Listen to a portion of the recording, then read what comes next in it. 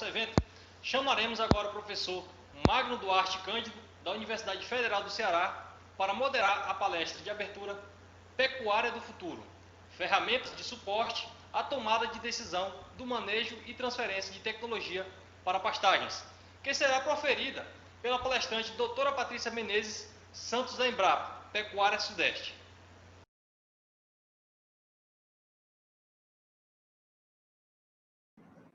É um prazer estar aqui no Simpro Pasto.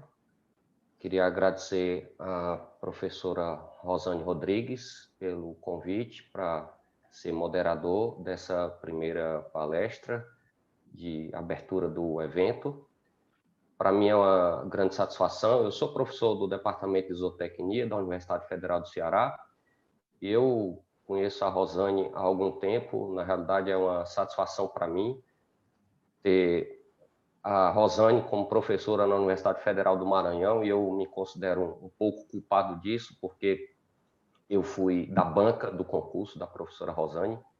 Então, para mim é uma grande honra e é um momento extremamente difícil você participar de banca de concurso, mas eu tive uma felicidade muito grande. Eu considero que foi um tiro muito certeiro nesse processo seletivo, a gente ter selecionado a professora Rosane, porque ela realmente tem feito muito jus ao cargo que ela ocupa e eu me sinto muito orgulhoso de ter participado desse início do processo. Tenho acompanhado a trajetória da professora Rosane desde lá, do Simpro Pasto, onde já fui palestrante, hoje sou moderador, do FOPAMA, e realmente é um grupo muito trabalhador, muito dedicado, e a gente só tem que fazer muitos elogios. Muito bem. Eu vou moderar a palestra da doutora Patrícia Menezes Santos, que também é uma grande honra ser moderador dessa palestra. A doutora Patrícia Menezes Santos possui graduação em Engenharia Agronômica pela Universidade de São Paulo, em 1993, tem mestrado e doutorado em Ciência Animal e Pastagens pela mesma universidade, nos anos de 1997 e 2002, respectivamente. Atualmente, ela é pesquisadora 3 da Empresa Brasileira de Pesquisa Agropecuária, Embrapa, e docente do Programa de Pós-Graduação em Ciência Animal e Pastagens da Universidade de São Paulo. Foi chefe adjunta de Comunicação e Negócios de 2008 a 2011 e chefe adjunta de Transferência de Tecnologia de 2011 a 2014 da Embrapa Pecuária Sudeste. Tem experiência na área de zootecnia, com ênfase em fisiologia e manejo de plantas forrageiras. Atualmente, a doutora Patrícia é presidente do Comitê Gestor do Portfólio de Pastagens da Embrapa e atua em projetos relacionados ao melhoramento genético de forrageiras e ao desenvolvimento de ferramentas de suporte à tomada de decisão em pastagens. E ela vai nos abrilhantar com a palestra Pecuária do Futuro, ferramentas de suporte à tomada de decisão do manejo e transferência de tecnologia para pastagens. Então, eu gostaria agora de passar a palavra para a doutora Patrícia. Você tem a palavra. Boa noite. Muito obrigado, Magno, pela apresentação. Eu agradeço aí aos organizadores do evento pelo convite para apresentar essa palestra e não posso deixar de aproveitar para parabenizar a equipe aí do Maranhão pelo trabalho que tem sido realizado. É fantástico o trabalho, com certeza um trabalho que nasceu de um sonho e que dependeu de muito esforço, de muito trabalho, muita dedicação da equipe envolvida para que rendesse os frutos que rende hoje. E falando em sonho, o que a gente vai fazer aqui hoje é iniciar um novo sonho, o sonho daquilo que deve ser a pecuária do futuro. O que a gente espera dessa pecuária? Como que a gente vai construir essa pecuária?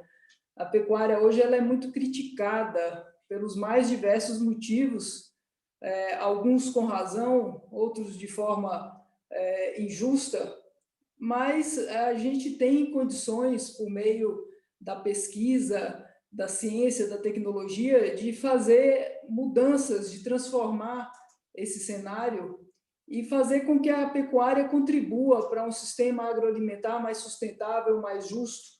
Então, eu vou mostrar aqui algumas ferramentas que a gente tem trabalhado, mas principalmente eu vou convidá-los a sonhar com isso que deve ser a pecuária do futuro. Muito se fala sobre as tecnologias digitais, né? Como que as tecnologias digitais têm transformado o nosso dia a dia, e esse evento aqui é um exemplo disso, né? Nós tivemos que, às pressas, de forma meio atabalhoada, nos adaptar ao mundo digital e transformar nossas atividades totalmente e passar a viver nesse mundo virtual. E como que esse mundo virtual ele chega no campo? Um dos principais diferenciais, ou talvez a principal vantagem que essas tecnologias digitais trazem para a atividade pecuária é a possibilidade da gente utilizar um volume muito grande de informações que vêm de sensores de estações meteorológicas, de satélite, de drone, sensores que a gente coloca no solo, sensores que já existem e que vão ganhar um novo uso, e sensores que a gente ainda vai desenvolver. Como que a gente junta todas essas informações, processa aí, passando por computadores que têm uma capacidade de processamento cada vez mais alta, e usa isso tudo para tomar decisões no sistema de produção, no dia a dia da fazenda, no planejamento do sistema. Então, a agricultura digital ela envolve muito isso, um uso massivo de informações para dar suporte a decisões que hoje são feitas com base naquilo que alguém fez antes, na experiência das pessoas da região, ou de forma um pouco intuitiva, na tentativa e no erro. A gente vai ter condições de tomar essas decisões de maneira mais assertiva. Um estudo feito recentemente pela Embrapa, eles procuraram levantar como que as tecnologias digitais são usadas hoje nas fazendas, né? Então, o principal uso que foi citado aí pelas pessoas que responderam esse questionário foi a internet. Então, muitas pessoas usam a internet para atividades gerais ligadas ao sistema de produção. Também um conjunto muito grande, mais de 50% das pessoas falou que usam aplicativos ou programas para obtenção ou divulgação de informação. Então, hoje é comum a gente ter aí grupos de WhatsApp ou no Facebook, coisas no Facebook, técnicos trocando informações, produtores trocando informações. E esse é um uso muito importante, porque sempre que a gente fala da dificuldade da tecnologia chegar no campo, a transferência de tecnologia é colocada como um dos grandes gargalos, né? Então, essa possibilidade de troca de informações, esse fluxo de informações, ele pode trazer uma contribuição muito importante nesse aspecto. As pessoas falam também em aplicativos ou programas para gestão do sistema, uso de GPS, né? GPS hoje é usado, se você for numa agricultura de precisão, ele é usado até para dar suporte à aplicação de insumos, mas ele tem outros usos também. Dados ou imagens fornecidas por sensores remotos, dados ou imagens fornecidas por sensores no campo, máquinas ou implementos com eletrônica embarcada, sistemas de automatização ou robotização robotizados para uso na produção. Está chegando agora no Brasil a questão da ordenha robotizada, né? Uma tecnologia que facilita muito a gestão de um sistema de produção de leite. A produção de leite ela é sempre muito complicada do ponto de vista de mão de obra, mas, ao mesmo tempo, é um sistema bastante desafiador, porque ele exige uma estrutura de suporte para que aquilo sempre funcione e não pare a ordenha de uma hora para outra, né? Que não é simples num país da dimensão do Brasil. Mapas de produtividade, informações georreferenciadas. Então, são aí tecnologias que as pessoas citaram que já usam hoje. E o que elas gostariam de usar, né? Então, mais da metade aí citou que gostaria de obter informações que ajudem a planejar a propriedade, ferramentas que ajudem na gestão da propriedade. Essa questão da gestão, ela sempre aparece de forma muito, muito forte, né? A gente levar a tecnologia sem uma propriedade que tem um mínimo de estrutura de gestão, é muito difícil a tecnologia dar certo.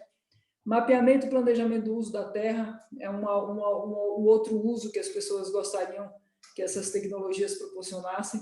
detecção e controle de deficiências nutricionais, compra e venda de insumos, de produtos da produção. Tem aí surgido tecnologias de blockchain, a compra e venda de insumos em algumas cadeias, ela é bastante complicada e muitas vezes muito desfavorável ao produtor, que acaba ficando na mão de um intermediário, né? Descrição ou controle de doenças, estimativa de produção e produtividade, previsão de risco climático. O risco climático é uma coisa extremamente difícil de se lidar, principalmente numa região como o Nordeste, que você tem variações no clima de ano a ano, entre estações, e isso precisa, existem formas de você reduzir esse risco, né? E essas formas dependem muito desse uso de informação.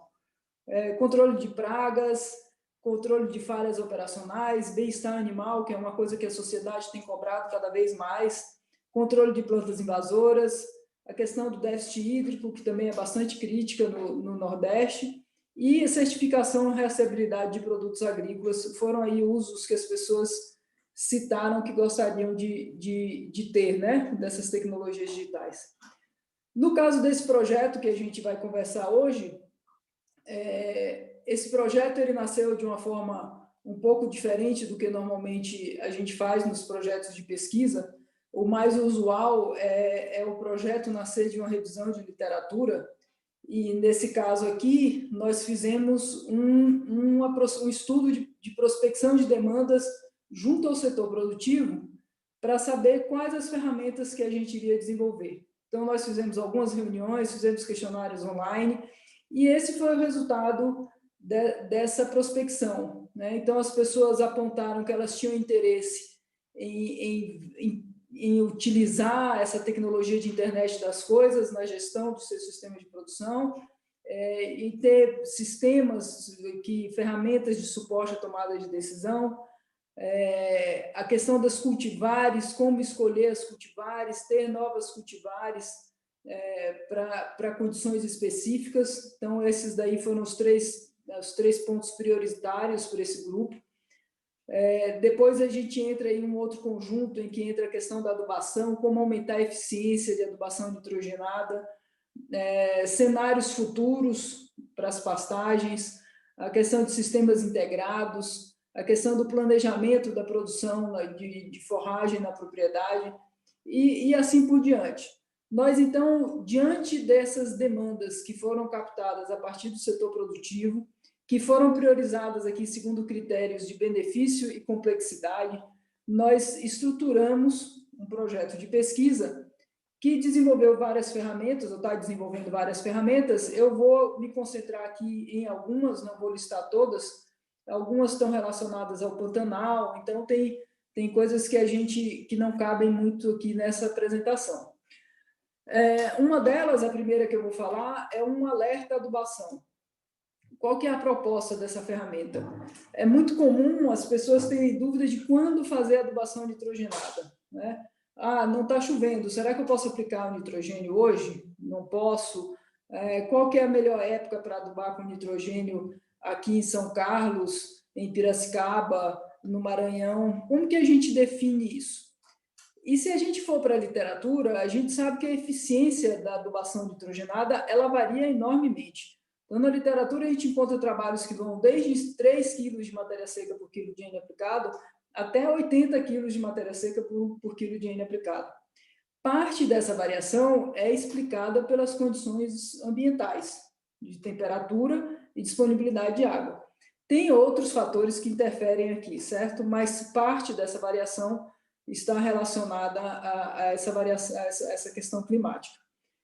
Nós, então, pegamos um modelo de crescimento de planta, um modelo americano chamado DESAT, e rodamos várias simulações em vários anos para alguns locais com características diferentes e tentamos verificar se havia uma correlação entre a temperatura e a eficiência de adubação nitrogenada nessas simulações. E encontramos aí essa relação que vocês estão vendo nesse gráfico, e a partir dessa relação, a gente procurou identificar qual seria a temperatura média do ar para que eu tivesse uma eficiência da adubação acima de 45 kg de matéria seca por quilo de N, que é um número aí que foi encontrado num trabalho do Marta Júnior, alguns anos atrás. Esse é considerado um número razoável. Então, a gente chegou aí à conclusão que, acima de 23 graus centígrados de temperatura média, a gente teria condições, do ponto de vista de ambiente, para que a eficiência da adubação nitrogenada fosse alta. Daí pegamos e fizemos uma relação semelhante, considerando o armazenamento de água no solo, né? Então, no caso do armazenamento de água no solo, a partir de 0,68 de armazenamento de água, nós teríamos também essa eficiência de adubação aí a partir acima de 45 kg de matéria seca por quilo de N. Tá? Então, a gente pegou esses dois critérios, temperatura e armazenamento relativo de água no solo, e viu como é que ficaria, qual que seria a época em que as condições do ambiente seriam mais favoráveis para uma alta eficiência de uso do adubo nitrogenado em alguns locais. Então, a gente pegou aqui em São Carlos, vai por volta de novembro até perto de abril, tem uma certa variação, né? Quando a gente pega aqui São José do Rio Preto, já é mais dezembro até quase maio. Isso aqui, então, se a gente pegar aqui agora Araçatuba também e Itapetininga, a gente pegou 4 locais diferentes para ver se o modelo era coerente com aquilo que a gente conhece dessas regiões. A partir dessas informações, a gente consegue agora gerar mapas apontando qual que é a época mais propícia para essa adubação nitrogenada, e a gente também pode gerar sistemas de alerta com base nessas informações e em dados de previsão de chuva. A gente pode dizer, dá para você adubar hoje de forma segura, sem problema. Você pode adubar hoje, mas você deve tomar alguns cuidados. Por exemplo, procure usar um fertilizante que não tenha tanta perda por volatilização, coisas desse tipo. Ou você não deve adubar hoje, as condições não são favoráveis e a chance delas não serem nos próximos dias é muito grande. Então, é melhor que você não adube hoje. A proposta dessa ferramenta aqui é chegar em algo nesse sentido, tá? Então, a gente deve ter um zoneamento mais estático, apontando épocas em que, normalmente, a eficiência da adubação é mais alta, e também numa ferramenta bastante dinâmica, que aponte se hoje é um dia bom para adubar ou não. O outro desafio que a gente está enfrentando é a questão do planejamento e monitoramento da produção. Então, o que a gente quer? A gente quer desenvolver uma ferramenta de planejamento que nos permita otimizar essa estratégia de produção de forragem na fazenda e evitar a degradação do pasto. Hoje, existem uma série de modelos que nos permitem estimar a demanda, quer dizer, o consumo dos animais, e a partir do consumo dos animais, a demanda da fazenda. Se eu projetar o rebanho do futuro e se eu tiver uma estimativa do quanto esses animais consomem de alimento, eu consigo estimar a demanda. E há uma série de modelos que nos permitem estimar a produção do pasto. Já tem modelos mais simples e modelos mais sofisticados que nos permitem estimar a produção do pasto. Como é que a gente combina essas duas informações para definir, planejar o sistema de produção de uma forma otimizada? Eu poderia simplesmente juntar essas duas informações e fazer isso, mas aí começam a aparecer os problemas. Na prática, o plano nem sempre funciona tão bem. Que tipo de problema? Por exemplo, eu posso ter erro na previsão de algumas variáveis. O clima, esse ano aqui em São Paulo está extremamente seco, não é o normal da região, entendeu? Então, eu posso ter variações no clima que não estavam previstas. Variações nos preços de insumos e produtos que não estavam previstas. E isso aí vai atrapalhando o meu planejamento. Eu posso ter erros associados ao próprio modelo. Não, eu montei um modelo, meu modelo está dizendo que eu vou ter uma produção X e, na verdade, na prática, não é isso que tá acontecendo. Então, eu preciso ter formas como a ideia é fazer planejamento num prazo um pouco mais longo, eu preciso ter formas para ir corrigindo essas projeções dos modelos. Eu posso ter erros nos sensores. Então, quando a gente usa esses modelos, tem algumas coisas que eu tenho que medir no campo para alimentar os modelos. E pode haver algum erro nessas medições, que são erros do próprio sensor. E eu posso ter também imperfeições na implementação do plano. Então, eu planejei que eu vou vender os animais em agosto, setembro e outubro, mas acontece um problema qualquer, eu não consigo confinar, eu não consigo vender esses animais, etc. Então, o meu plano ele tem que ser refeito. Ou eu estou planejando que eu vou comprar numa determinada época do ano, mas os preços estão muito altos, eu não consigo comprar, então eu preciso corrigir esse plano. Então, o planejamento da fazenda ele precisa ser sempre refeito, revisto, revisitado. Tá? E para fazer essas coisas, a gente precisa medir, tirar informações do campo. Mas quando a gente pensa em pastagem, medir nem sempre é uma coisa simples. As áreas são grandes, o sistema ele é muito dinâmico, é diferente de uma cultura agrícola que você planta tudo na mesma data, aquela cultura cresce mais ou menos junta e depois você colhe. No pasto você tem a área que foi recém-pastejada, a área que está com gado, a área que está vedada, tem a área que aduba, tem a área que não aduba, é um mosaico aquilo. Então, a medição do pasto ela é muito mais complexa do que a medição numa área agrícola. Sem contar que no pasto, aquilo que você mede é o que o animal consome. Então, se eu começar a medir extensamente isso aqui, se eu puser, por exemplo, uma máquina forrageira para colher e pesar, estimar a produção, eu estou tirando a forragem que o animal ia comer. Então, eu preciso achar formas de fazer essa medição. Uma das formas que a gente está testando aqui, essa é uma área experimental aqui na Embrapa Pecuária Sudeste, essa área em vermelho são 2 sistemas integrados, integração lavoura-pecuária. A área em amarelo são 2 sistemas extensivos e a área em branco é um sistema rotacionado adubado normal. Tá? Nós pegamos esses 3 sistemas e começamos a desenvolver métodos para estimar a massa de forragem por meio de imagem. Esses pontinhos que vocês estão vendo aí na imagem correspondem ao centro do pixel de um satélite. Então, a gente estimou biomassa de forragem em cada um desses quadradinhos aí, o quadradinho seria o pixel do satélite, né? E começou a cruzar essa informação com o dado da imagem de satélite. Aqui é já a aplicação de um desses modelos, né? Mostrando a biomassa de forragem em quilos de matéria seca por hectare nesses sistemas, né? Só para dar uma ideia de como que é o visual desse tipo de informação. E ele tem uma certa coerência. Quando eu olho quais são os piquetes aqui, o piquete que o gado acabou de sair, ele está com a biomassa mais baixa, o piquete que o gado está para entrar, a biomassa é mais alta.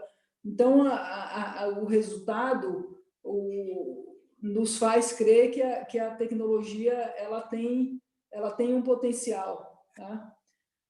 Aqui a mesma área agora mostrando o índice de área foliar, também com resultados que são coerentes, e aqui com o conteúdo de nitrogênio na folha.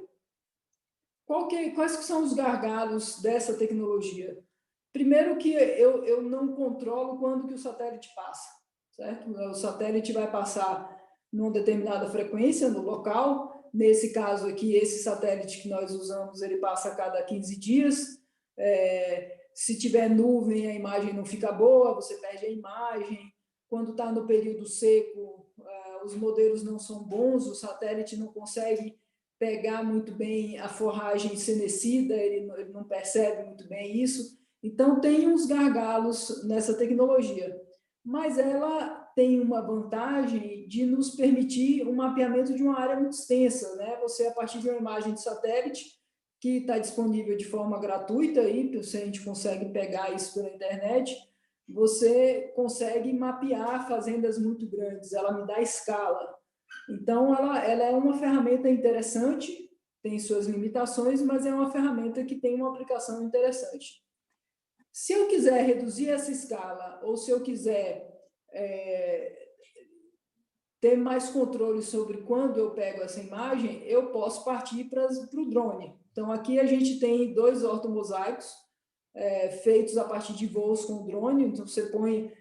hoje tem aplicativos no celular que você programa o voo do drone, o drone decola sozinho e ele vai fazendo um zigue-zague nessa área e batendo fotos. Depois você manda essas fotos para um servidor que vai processar isso aí e montar esse quebra-cabeça.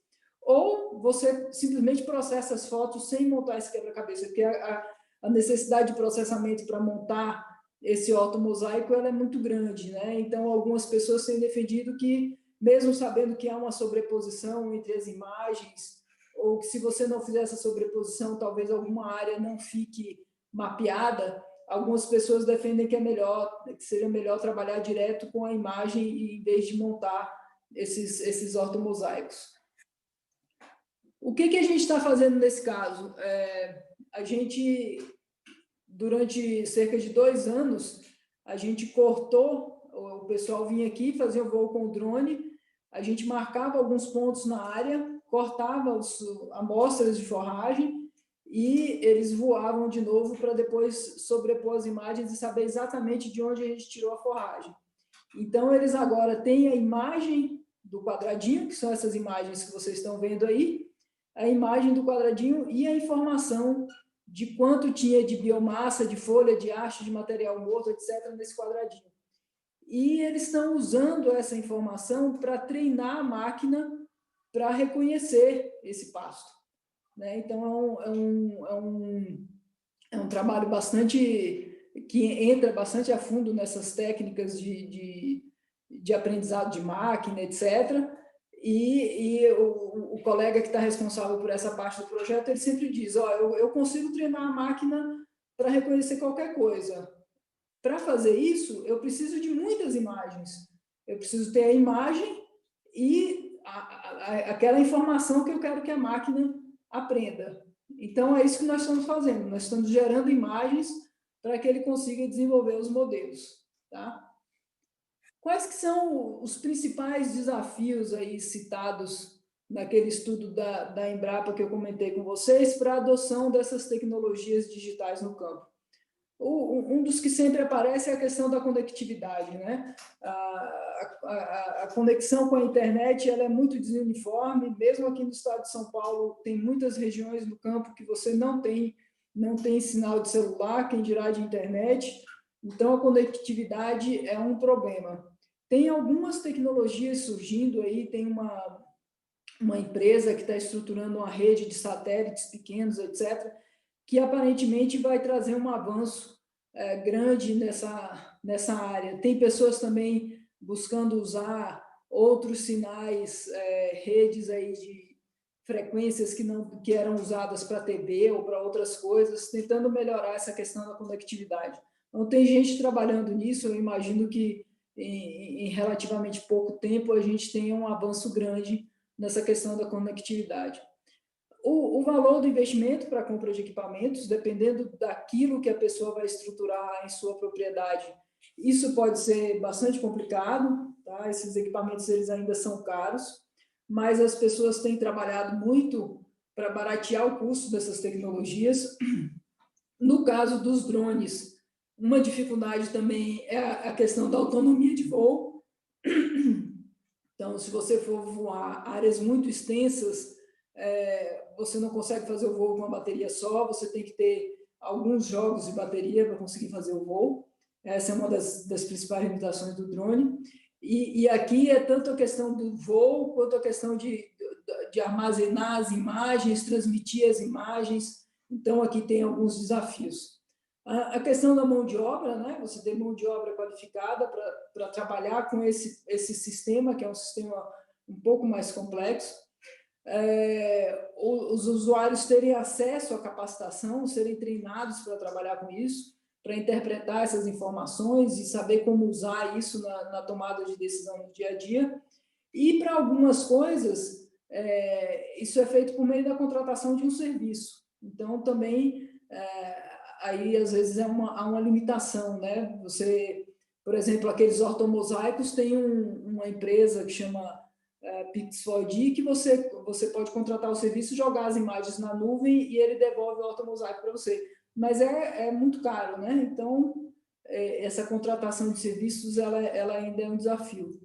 Mas, para mim, pessoalmente, o principal desafio dessas tecnologias é garantir que elas não irão excluir as pessoas.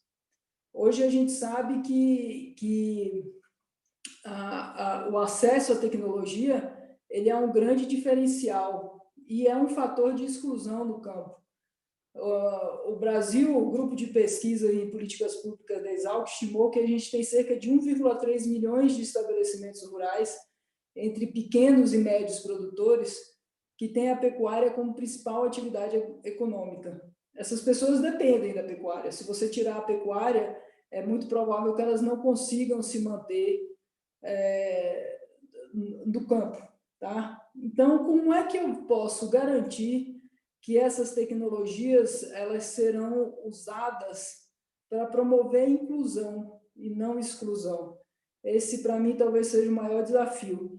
Essas tecnologias, ao mesmo tempo que elas abrem uma oportunidade muito grande, porque, como eu disse, ela facilita a circulação de informações. Então, pessoas que antes não teriam acesso a um técnico, a uma assistência técnica, ele agora talvez tenha por meio dessas tecnologias, e ainda mais agora depois dessa crise que nós passamos, nós temos visto médicos atendendo virtualmente, fisioterapeutas atendendo virtualmente. Então, talvez agrônomos ou tecnistas possam, não digo que façam tudo, mas pelo menos uma parte do atendimento talvez possa ser feita virtualmente, e talvez a gente consiga fazer as informações sobre as tecnologias circularem de forma mais eficiente e chegarem até essas pessoas que precisam ter acesso a essa informação.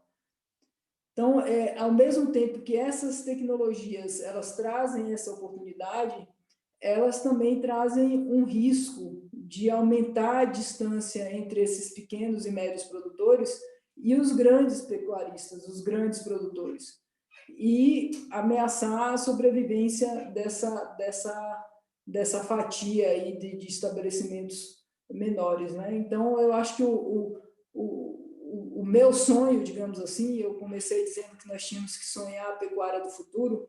Eu acho que a pecuária do futuro, ela deve ser pensada de forma a garantir um sistema agroalimentar mais sustentável. E a sustentabilidade, ela tem um componente ambiental, um componente econômico e um componente social.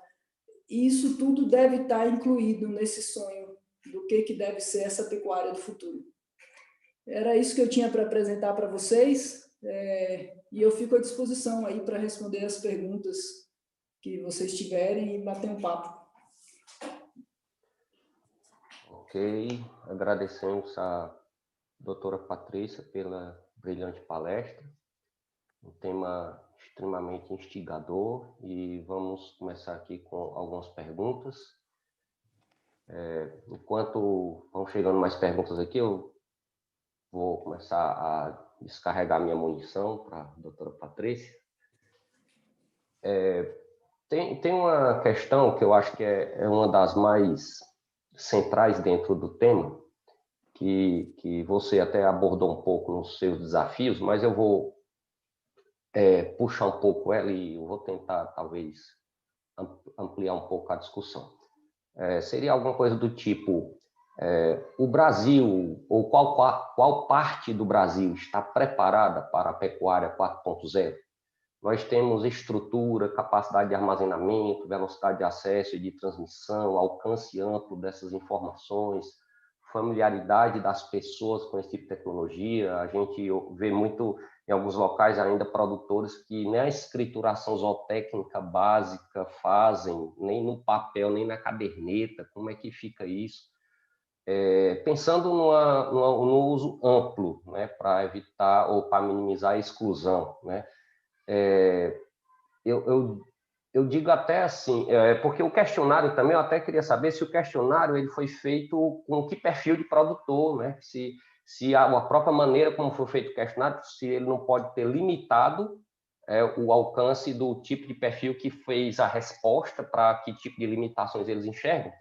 E eu diria um pouco mais, aí já pensando, eu estou colocando a questão no ponto de vista individual e na questão macro. Na questão macro, pensando, por exemplo, nos aplicativos que a gente pode desenvolver e instalar em smartphones, por exemplo, eu fico pensando, por exemplo, num orçamento forrageiro, que a gente tem aí alguns aplicativos que a própria Embrapa está desenvolvendo, que uma opção interessante para facilitar a vida do produtor seria, no aplicativo, o produtor dizer de que local onde ele está, para não ter que inserir, por exemplo, dados climáticos.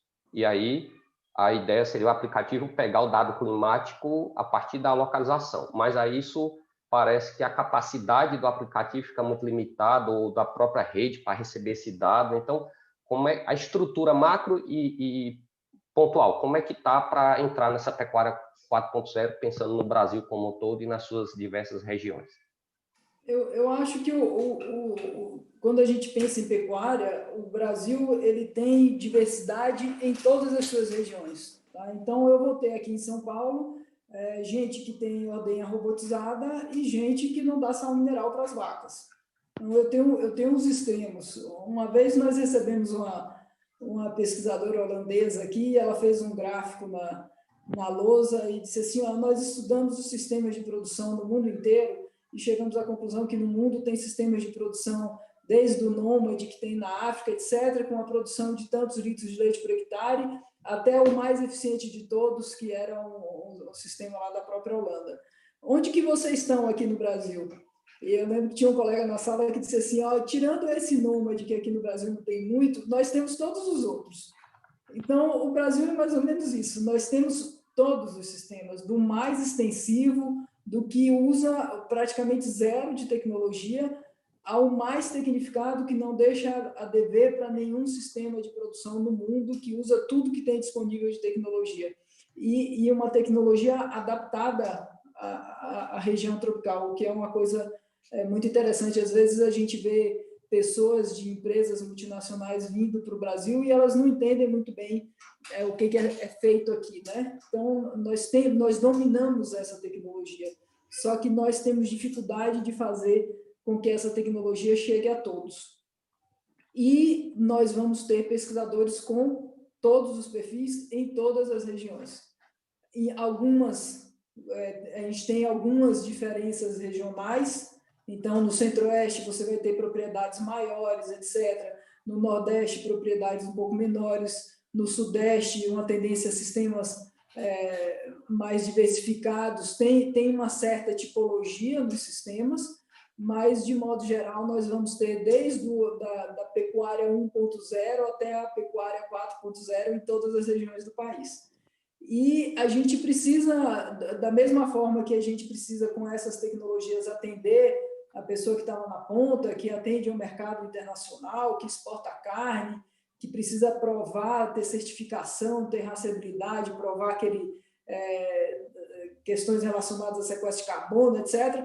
A gente tem que atender esse cara, mas a gente também tem que atender o sujeito que está lá na pecuária 1.0 e que precisa ter informação, ter acesso à informação, ter acesso a ferramentas que lhe permitam sair desse 1.0.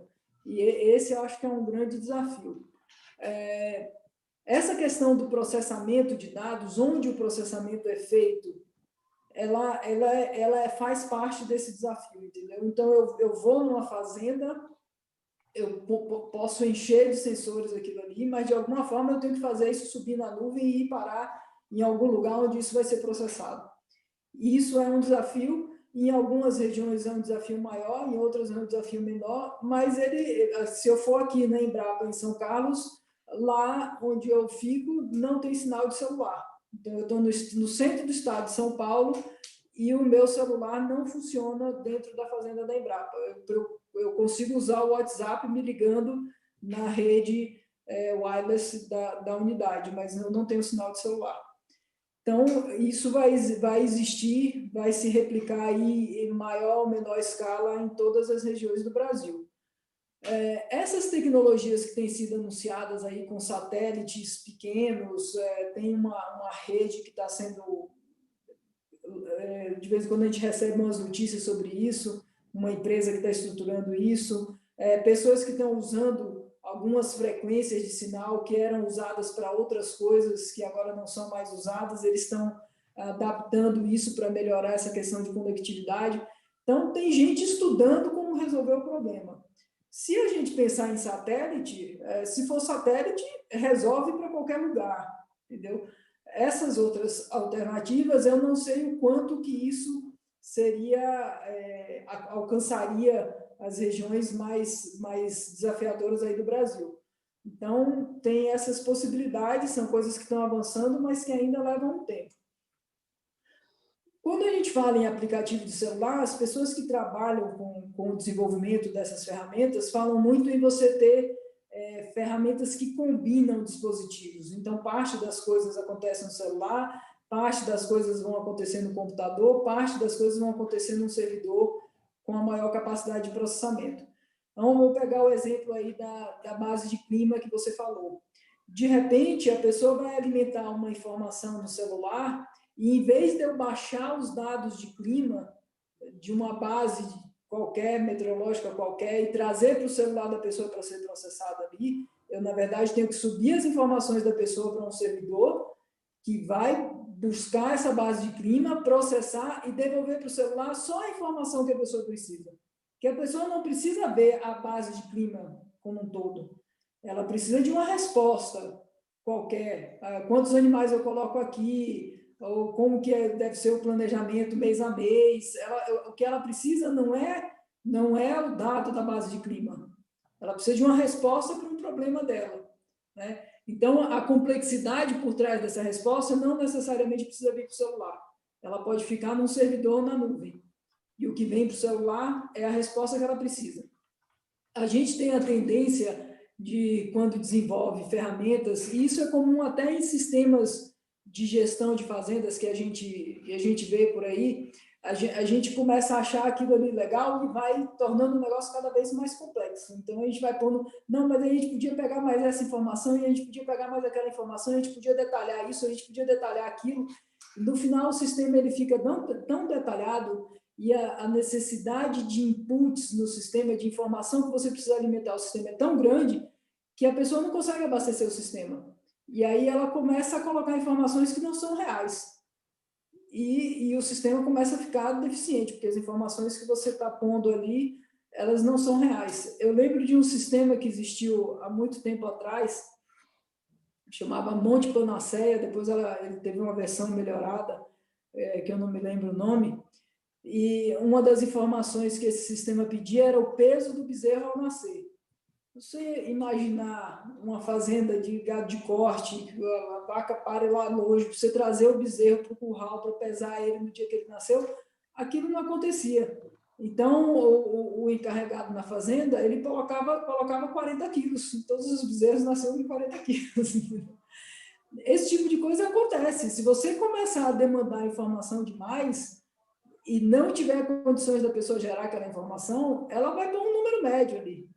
E aí perdeu o sentido. Então, é preciso equilibrar um pouco o quanto que o sistema demanda de informação em relação à resposta que ele vai te dar. Essa coleta de informações, ela tem um custo, ela demanda um esforço. Então, ela precisa ser bem pensada. Que informação de fato eu preciso para pôr no sistema para ter essa resposta que eu preciso ter? E simplificar as coisas, porque quando a gente começa a tornar, se a gente pegar o próprio planejamento forrageiro, o planejamento forrageiro ele pode ser feito de forma muito detalhada, consumo individual, boi por boi, taxa de crescimento do pasto dia a dia. Você pode fazer isso bastante detalhado, bastante complicado, mas aí as pessoas não conseguem absorver aquela estrutura toda e acabam não usando. E as variações que ocorrem, como eu mostrei aí, às vezes você tem um erro do modelo, um erro do sensor, uma variação do clima, etc. As variações que ocorrem, às vezes, são maiores do que aquela precisão que você está tentando dar para o sistema. A gente precisa pesar essas coisas na hora de desenvolver essas ferramentas. Ok. Vou aproveitar aqui para tomar uma aguinha com a caneca que eu recebi hoje. Porque este é o evento remoto mais presente que eu já vi na minha vida. Estou aqui desfrutando de uma lembrança do evento. Nossa, mãe, que maravilha. Obrigado aí, professora Rosane. Bom, tem bastante pergunta agora, então agora vamos agilizar aqui.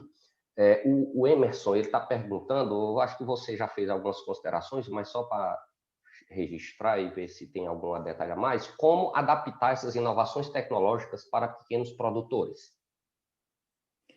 Eu acho que primeiro a gente precisa conhecer a realidade e qual é a necessidade dessa pessoa, entendeu? Não necessariamente eu preciso adaptar um drone com uma câmera, qualquer coisa assim, para um pequeno produtor, porque o cara é pequeno, ele vai ali no pasto, ele olha, ele mede, é muito mais simples. Talvez ele não precise do drone. Esses dias eu estava vendo um cara estava usando drone para contar os animais. Eu disse, mas numa fazenda pequena ele chega na beira do pasto e conta os animais dele. Ele não precisa de uma imagem de drone. Ele chega ali, ele vê, ele conhece animal, ele tem nome, entendeu? Ele conhece um por um. Então, qual que é exatamente a demanda desse sujeito?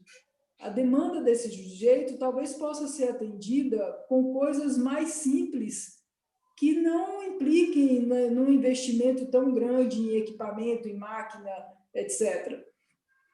Então, acho que o primeiro passo é conhecer exatamente qual é a demanda desse sujeito, como é que eu faço para tirar ele dessa agricultura 1.0 e levar ele um passo à frente, depois outro passo à frente, depois outro passo à frente.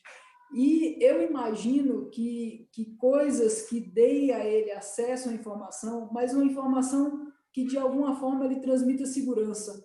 E parte da resistência, a gente tem muito nós costumamos muito dizer que o produtor ele é reativo à tecnologia, que ele é tradicional e que ele não adota a tecnologia. Eu acho o pecuarista, de modo geral, ele é uma pessoa que não gosta de risco. Né? Muitos pecuaristas eles estão na pecuária justamente porque ele não quer se sujeitar ao risco. O que é um perfil? Tem pessoas que são assim, se você entrar lá no banco e quiser fazer uma aplicação financeira qualquer, o banco vai lhe fazer algumas perguntas e ver qual é o seu perfil em relação à aceitação ao risco. Tá? Algumas pessoas são mais abertas ao risco, outras são menos. E isso não é pecado nenhum, são perfis diferentes. A pessoa não quer correr grandes riscos. Então, a tecnologia que você leva para esse produtor, ele precisa se sentir seguro. Por isso que uma das formas mais eficientes de transferência de tecnologia é o vizinho. Se o vizinho fizer e der certo, a chance dele tentar copiar é muito grande, porque ele viu ali dando certo. Esses dias a gente fez uma entrevista com um grupo de produtores e era em torno do melhoramento de forrageiras, né? O que o produtor espera de um cultivar, por que ele adota ou não adota cultivares mais novos, etc. E uma das coisas que a pessoa falou foi isso, eu preciso ver esse capim aqui na minha região, preciso ver como é que ele é. O outro capim eu conheço há muitos anos, eu sei que ele dá certo, eu sei quais são os problemas que ele tem, eu sei onde que pode estar meu risco. Esse outro que você está falando eu não conheço. Então, ele precisa sentir segurança naquela tecnologia. E essas ferramentas, elas podem nos ajudar a levar informações, a criar estruturas aí de checar o resultado de diferentes experiências e sistematizar isso e mostrar para o cara, na sua região tem tantos produtores usando e para tantos deu certo, para tantos não deu certo. Para aqueles que não deu certo, o que aconteceu? Essas ferramentas elas podem ser usadas dessa forma, para melhorar esse fluxo de informação, tanto para levar informação, quanto para coletar informação do que deu certo e o que deu errado. Então, para esse produtor menor, eu começaria mais por socializando mais essas informações. Não pensaria no primeiro momento em grandes sensores, não, coisas simples, que façam o que a gente gerou em termos de conhecimento nas instituições de pesquisa nas universidades, vamos fazer o que existe de conhecimento aí disponível chegar para esse cara, e de uma forma que ele consiga se apropriar disso, que ele consiga entender como é que ele usa esse negócio no sistema de produção dele. Ok. Temos aqui uma pergunta do professor William Moschel, da Uninassal São Luís, Maranhão. Como a Embrapa tem trabalhado novas tecnologias, exemplo, ciência de dados, na geração de alternativas de manejo de pastagem e do pastejo? Uma das formas é essa que eu mostrei aí na palestra. A gente tem procurado desenvolver modelos, né, modelos, coisas com aprendizado de máquina, como é que a gente faz a máquina interpretar uma imagem, como é que eu uso a máquina para contar animais, como é que eu uso a máquina para estimar o peso dos animais. Tem bastante gente trabalhando com essas coisas. Tem pessoas mais na linha do que a gente chama de agricultura de precisão, mas que tem aplicação na pecuária também, né? A questão de defensivos, como que você mapeia a área, variações de fertilidade do solo, etc. E como que isso pode ser usado para uma recomendação de adubação mais individualizada, mais localizada. Então, são coisas que têm sido feitas pela Embrapa. A Embrapa tem buscado redirecionar a sua programação de pesquisa muito baseada nas demandas reais do setor produtivo. Então, ela estruturou sua programação em torno de portfólios, e um dos papéis desses portfólios é prospectar demandas do setor produtivo, priorizar essas demandas e levar isso para dentro da empresa e fomentar a articulação de equipes e projetos para resolver esses problemas. E essa prospecção, ela é uma lógica diferente do planejamento de pesquisa, é uma lógica diferente daquilo que a gente foi acostumado a fazer na universidade, aquilo que a gente foi treinado para fazer, né? O projeto de pesquisa a gente foi treinado para fazer de uma determinada forma, a gente tem uma introdução, a gente tem uma revisão de literatura, a partir da revisão de literatura a gente identifica algumas questões e planeja alguns experimentos para resolver essas questões. Nessa nova dinâmica aí, a gente tem buscado muitas ferramentas que o pessoal tem usado em gestão ágil de projeto, tem ferramentas hoje muito interessantes. Há pouco tempo a gente fez um evento aí junto com o pessoal da Embrapa Caprinos, da Embrapa Semiárido, para redesenhar sistemas de produção integrados usando uma dessas ferramentas que é o Design Thinking. Então, tem muita ferramenta hoje que nos permite nos aproximar desse usuário, desse cliente, entender o que de fato essa pessoa precisa, trazer isso para dentro da instituição e desenvolver tecnologia baseada nessa demanda. Então, a Embrapa, pelo perfil da empresa, né, nós não somos universidade, nosso papel principal não é a formação de pessoas, ela tem essa preocupação grande de aproximação com o setor produtivo e de atender demandas e fazer uma pesquisa que chegue a uma solução que possa ser levada para o setor produtivo. Ok, temos agora bastante pergunta. Temos uma do Eliéder Prates. Parabéns, doutora Patrícia, excelente palestra. Tenho trabalhado com o uso de sensores em bovinos a pasto junto ao grupo Unesp-For Jaboticabal. A minha pergunta é, como a Embrapa tem atuado nessa área? Então, tem vários grupos trabalhando com coisas diferentes. Então, assim, tem grupos que trabalham com sensores para medir emissão de gases, consumo, etc. Tem grupos que estão trabalhando com sensores para ver, contar animais, estimar peso de animais. Tem grupos trabalhando com sensores de pesagem automática no pasto. Tem algumas pessoas começando a trabalhar com ordenha robotizada. Como é que você adapta esse equipamento para um sistema em que os animais vão para o pasto? Tem grupos trabalhando com a parte de ambiência animal, comportamento animal, como é que mudanças no comportamento do animal podem me indicar um problema qualquer no animal, um problema sanitário, como é que eu melhoro índices reprodutivos a partir dessas informações de ambiência. Então, tem bastante coisa acontecendo, né? Sensores para localização do animal dentro do pasto. Então, tem bastante coisa acontecendo. Não sei se responde, mas eu tentei dar uma visão geral. Fora a parte da agricultura de precisão, que aí também entra sensores de fertilidade de solo, ferramentas para estimar biomassa, para estimar produção, como é que eu... ferramentas das geotecnologias, né? Coisas com satélite. Então, tem bastante coisa acontecendo. Ok. O camarada ambiental perguntou, doutora Patrícia, qual a abordagem ao pecuarista a ser feita, como deve ser feita a abordagem ao pecuarista? Eu acho que você já fez alguma consideração sobre isso. Eu vou passar para a do Tiago Antônio agora.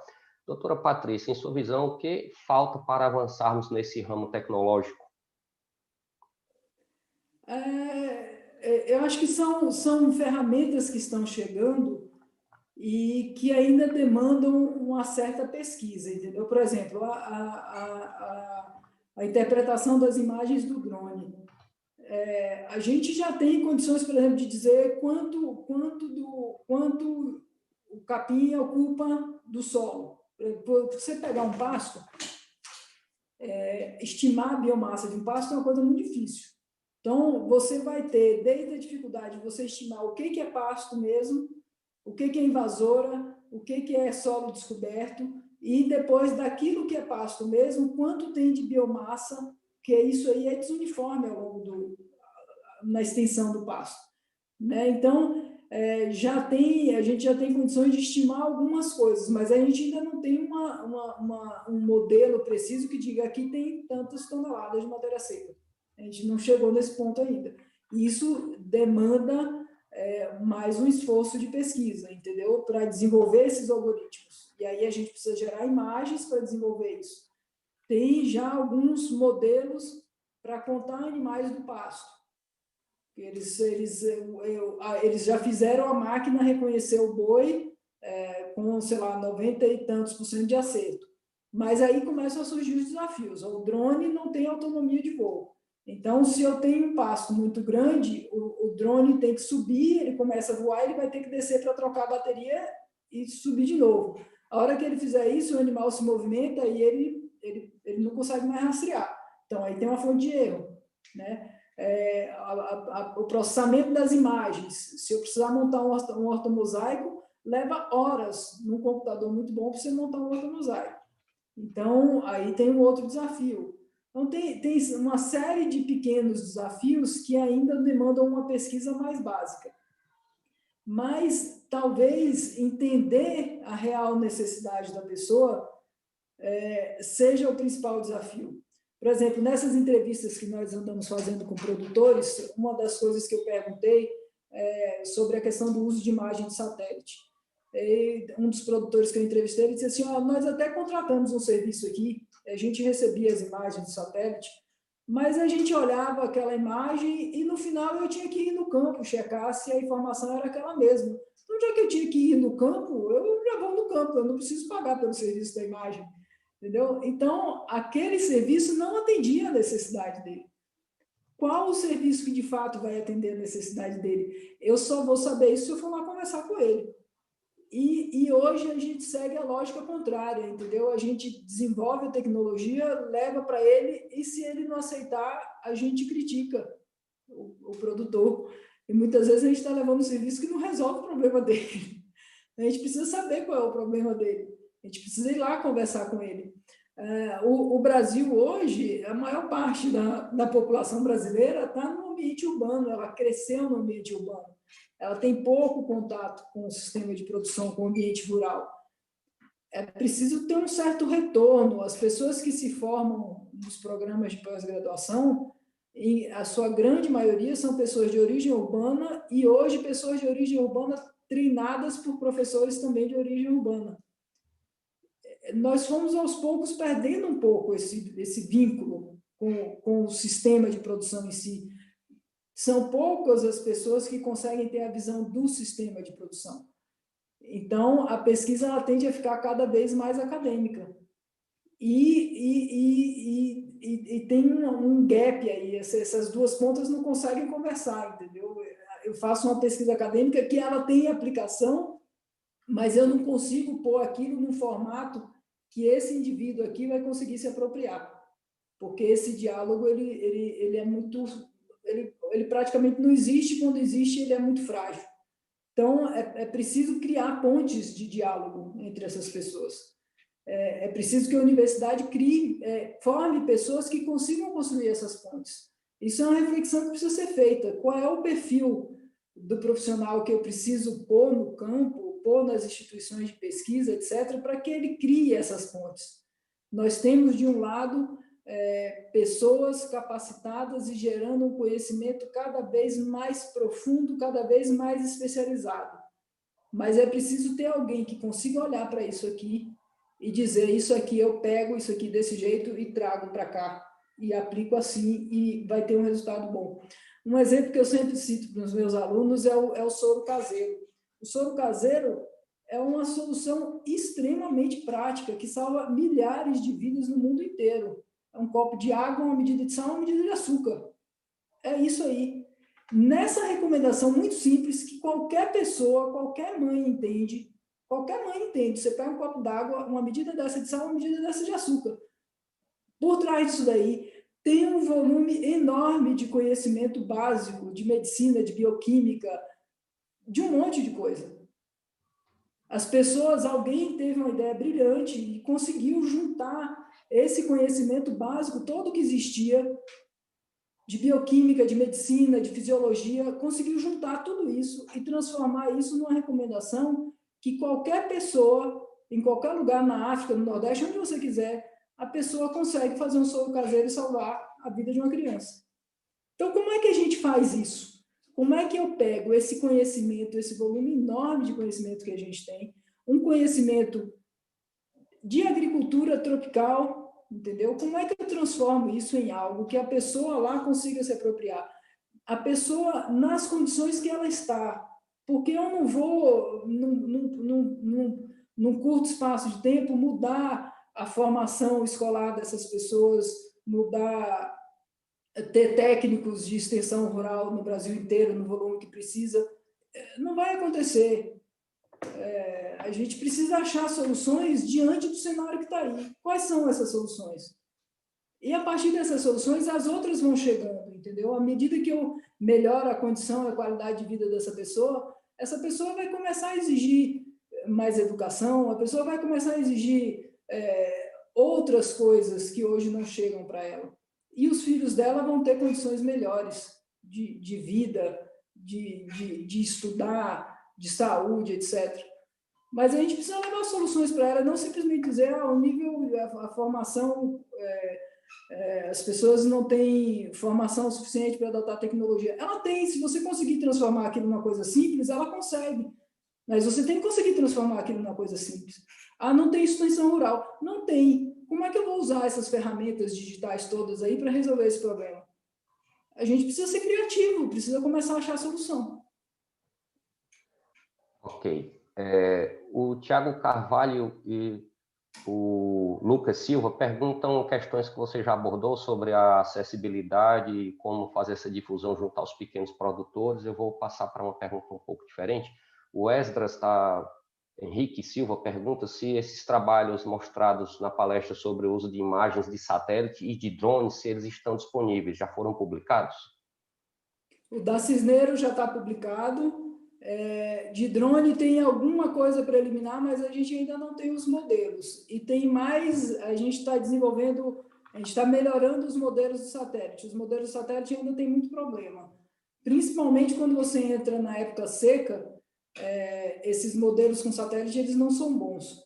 Tem um mapa de capacidade de suporte dos pastos que foi desenvolvido pelo LAPIG, só para dar uma ideia do quanto que essa questão do período seco ela é complicada. Como eles não conseguem estimar a biomassa no período seco, eles usam uma outra abordagem, pegando biomassa no período das águas e usando uma distribuição lá de produção para poder estimar a capacidade de suporte do pasto ao longo do ano.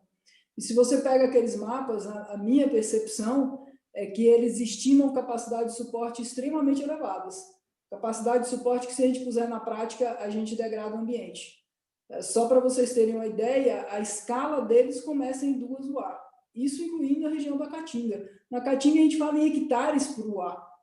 Como que começo uma escala com 2 watts por hectare? Nós não vamos colocar 2 watts por hectare na caatinga. Se a gente colocar, a gente estraga tudo. Ok. A Renata Souza fez 3 perguntas, eu acho que 2 já foram mais ou menos respondidas. A terceira professora, você acredita que a tecnologia 4.0 não é tão usada pelos pequenos produtores apenas pelo alto custo de implantação? Tem alguns colegas na Embrapa que defendem que o nosso entendimento de tecnologia 4.0 ele é equivocado. Não necessariamente a tecnologia 4.0 depende da compra de equipamentos caríssimos e que às vezes nem se justificam pela escala de um pequeno produtor. Eu acho que talvez a principal característica dessa tecnologia seja o uso da informação, como que a informação é usada. E essa informação ela pode vir de equipamentos individuais que estão na fazenda, mas pode vir de outros equipamentos, entendeu? A gente pode construir outros modelos. Então, eu posso ter uma estação meteorológica regional e a pessoa pode usar o dado daquela estação meteorológica. Ela pode ter um pluviômetro normal na fazenda dela e anotar a chuva, porque o dado de temperatura ele é mais confiável, você pegar um dado regional. O dado de chuva, não. Então, ele pode usar a temperatura de uma estação regional e ter um pluviômetro, que é um equipamento simples. Ele vai lá todo dia, esvazia e mede, né? Demanda um esforço, mas é possível. Você pode ter imagem de satélite, a dificuldade aqui é no processamento, entendeu? Então, como é que a gente cria, como é que a gente dá acesso a essas pessoas a essa capacidade de processamento? Aqui que está o desafio e aqui que talvez precise entrar alguma política pública, alguma forma de associação, cooperativismo, não sei. Mas como dar acesso ao processamento. Talvez esse seja o maior desafio. Mas não necessariamente a pessoa precisa ter equipamentos caros na propriedade dela. Ela precisa ter acesso à informação e acesso a uma capacidade de processamento dessa informação, que devolva para ela uma resposta que ela vai aplicar na fazenda dela, talvez não com o mesmo nível de detalhe de alguém que consiga espalhar sensor no solo, sensor de tudo quanto é tipo na fazenda dele, mas vai dar uma informação que vai permitir que ela dê um passo à frente. Doutora Patrícia, nós temos aqui mais 6 perguntas e temos mais 6 minutos para encerrar nosso evento. Então, agora vamos ter que ser objetivos, eu e você. Vamos lá. O Esdras Henrique Silva pergunta: por que vocês não usaram o satélite Sentinel na pesquisa, haja vista que ele passa de 5 em 5 dias? Nós temos o Sentinel também. Isso aí foi, inclusive, uma das sugestões quando nós submetemos o projeto. Eles estão usando os dois, o Landsat e o Sentinel. Tá? A Ingrid Dagmar: qual a ferramenta que você indicaria para pequenos produtores utilizarem e que fosse de boa precisão e que o custo não fosse tão alto? Não sei se tem uma ferramenta. O que eu sugiro, é muito comum as pessoas chegarem na Embrapa e perguntarem como é que eu monto um sisteminha de pastejo rotacionado e adubado? E eu sempre pergunto para elas: você precisa de um sistema de pastejo rotacionado e adubado na sua fazenda? Você planejou sua fazenda? Então, eu acho que a primeira ferramenta que as pessoas deveriam usar é planejar o sistema de produção como um todo. Planejar, saber quando que ela compra, quando que ela vende, qual que é a evolução da demanda de alimento ao longo do tempo, como que ela vai atender essa demanda, se ela vai comprar alimento de fora. Se ela conseguir montar um planejamento do sistema de produção, então, partindo aí da evolução do rebanho, de como que ela vai alimentar o rebanho, etc., ela consegue, a partir desses dados técnicos, ela consegue montar um fluxo caixa, ela consegue fazer uma análise do projeto dela, ela consegue, de fato, gerenciar o negócio dela, que hoje ela não gerencia. Então, eu acho que a primeira ferramenta que eu acho que deve ser usada, que não depende de sensor, não depende de nada, isso pode ser feito de forma muito simples, na mão, ou numa planilha do Excel, ou num aplicativo que já tem alguns disponíveis, planeja o sistema de produção. Ok. A Isanália Aguiar pergunta, pode-se ter esperança que os produtores de pequeno porte podem utilizar essas ferramentas em um futuro bem próximo? Eu acredito que sim, talvez não individualmente, como eu comentei, talvez eles tenham que se associar, do mesmo jeito que tem produtores que se associam para ter um tanque de resfriamento de leite, tem empresas certificadoras que estão criando modelos para que as pessoas tenham certificação coletiva. Talvez eles precisem fazer coisas de forma coletiva, mas eu acredito que seja possível. É preciso ser criativo para achar soluções. Entendeu? Se a gente partir do pressuposto que eu só consigo ter uma agricultura moderna, tecnificada, se eu tiver um monte de equipamento caro que o pequeno não vai conseguir ter, a gente não vai buscar soluções. Né? Então, a gente tem que buscar soluções adequadas para esse indivíduo, para esse público. O Leonardo Rocha pergunta, o modelo apresentado pode corrigir algum efeito imprevisível a nível de campo, como, por exemplo, um veranico? A proposta dessa ferramenta que a gente está desenvolvendo, uma das coisas que eu coloquei ali é que você faz projeções de produção de forragem usando modelos de predição de crescimento de planta, mas que os modelos têm uma margem de erro. Então, qual que era a ideia? É que você fizesse a projeção usando um modelo e, a partir da imagem do drone ou do satélite, você corrigisse o erro do modelo, que é uma técnica que eles chamam de assimilação de dados. Então, você vai ter na predição feita pelo modelo, de tempos em tempos eu venho com o valor real obtido a partir de uma imagem e corrijo o modelo. A hora que eu corrijo o modelo, ele corrige as projeções todas dali para frente. Então, esse tipo de tecnologia ele é possível, entendeu? Eu vou criando mecanismos de feedback para corrigir os meus modelos. Ok. O Rodolfo Castro pergunta, professor, existe alguma preferência do produtor dependendo do seu nível de produção em usar satélites ou drones? Eu acho que nenhum dos dois ainda é muito usado, e eu acho que o drone é menos usado, pelo menos na pecuária, menos usado que o satélite. Eu tenho ouvido muitas pessoas falarem, por exemplo, a Cooper Citrus, que é uma cooperativa aqui da região, eles têm prestado serviço de drone para o pessoal de cana, etc., para dar suporte à pulverização, suporte a uma série de operações agrícolas.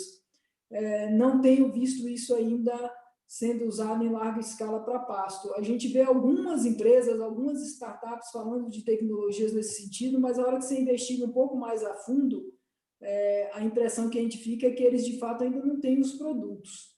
E é um pouco mais difícil você desenvolver esses modelos para pastagem, porque, como eu disse, se você pegar uma cultura agrícola, normalmente ela está toda no mesmo ciclo.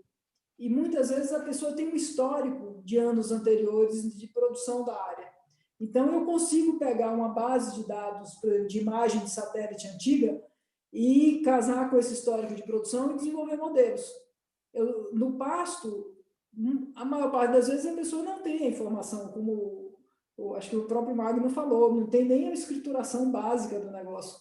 Então, de onde você tira essa informação para recuperar a imagem lá atrás e casar? Veja, eu estou construindo um modelo, eu preciso ter a imagem, mas eu preciso ter o valor real da coisa para poder construir o modelo. E esse valor real da coisa é que as pessoas precisam gerar, entendeu?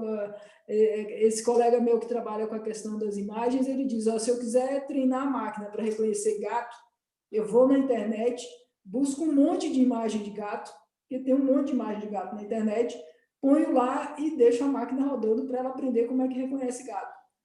Então, logo que começou o projeto, ele disse assim, o que eu preciso que você faça para mim é isso, eu preciso que você me dê um monte de imagem de capim e me diga, isso aqui é capim com tantos quilos de matéria seca, que aí eu vou treinar a máquina para ela reconhecer. Mas é preciso ter a imagem com a informação. Ok. Bom, nós temos a última pergunta, e aí eu vou lhe pedir para, ao final dela, você, ao responder também, já fazer suas considerações finais pela questão do tempo. A Letícia, da Faculdade IESM de Timon, pergunta como nós, futuros zootecnistas, podemos quebrar esse paradigma cultural do uso da tecnologia para o pequeno produtor? Indo lá e conversando com ele, entendendo esse sujeito, qual que é o problema dele. Hoje tem gente desenvolvendo ferramentas muito simples que você acessa pelo celular. Hoje todo mundo tem celular, né? Você precisa entender o problema desse cara. A gente parte do pressuposto que a gente sabe qual é o problema dele, e a gente não sabe. A gente não faz uma pesquisa para resolver o problema dele. A gente faz uma pesquisa para resolver o problema que a gente está a fim de resolver. Então, para levar a tecnologia para ele, tem que resolver o problema dele. Se você desenvolver uma tecnologia que resolve um problema dele, ele vai adotar. Se ele perceber que aquilo resolve um problema real dele, uma coisa que está tirando o sono dele, ele vai atrás. Então, o primeiro passo é conhecer esse sujeito. Qual que é o problema dele? E usar a criatividade. Todos nós somos criativos. Talvez o nosso sistema escolar muitas vezes nos faça acreditar que não somos, mas todos nós somos criativos. Usar a criatividade, propor coisas diferentes, acreditar que aquele cara é capaz de adotar uma tecnologia, se essa tecnologia de fato resolver o problema dele, e desenvolver formas que ele consiga se apropriar dessa tecnologia. A gente não faz isso hoje. Hoje a gente vai pelo caminho mais curto. O produtor é reativo e não tem transferência de tecnologia. Essa é a resposta mais simples. Esqueça essa resposta. Acredite que é possível. Você não vê aí o que a Rosane fez aí, o início da área dela e como que está hoje? Se ela não tivesse acreditado naquilo, ela não teria feito. Ela ia dizer, eu estou aqui no interior do Maranhão, não tenho recurso nenhum. Esse próprio evento aqui, ó, ela disse que tem dificuldade na internet, ela arrumou uma banda de internet de outro lugar.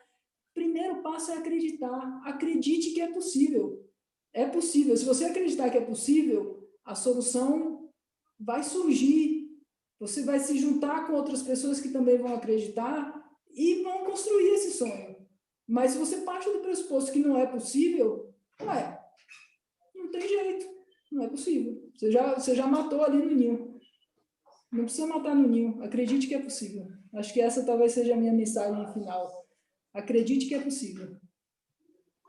Então, a gente agradece imensamente a doutora Patrícia pela brilhante palestra de abertura. Aqui já veio o toque recolher aí para a doutora Patrícia, então está na hora de acabar mesmo, né? A gente agradece pela brilhante palestra nesse momento de abertura do Simpro Pasto.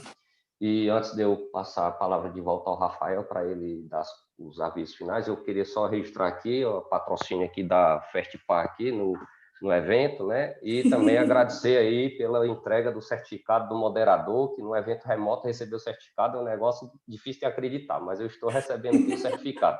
Muito obrigado e passo a palavra para o Rafael. Obrigado, doutora Patrícia. Obrigado, professor Magno. Com isso, encerramos a nossa primeira noite de palestras. Agradecemos a presença virtual de todos. Quem ainda não segue a gente no Instagram, acessa lá, @Grupo Fopama, que por lá você fica por dentro de todas as informações do nosso evento. Amanhã estaremos aqui neste mesmo canal, às 19 horas. Fique agora aí com o vídeo dos nossos patrocinadores e apoiadores. Uma boa noite e até amanhã.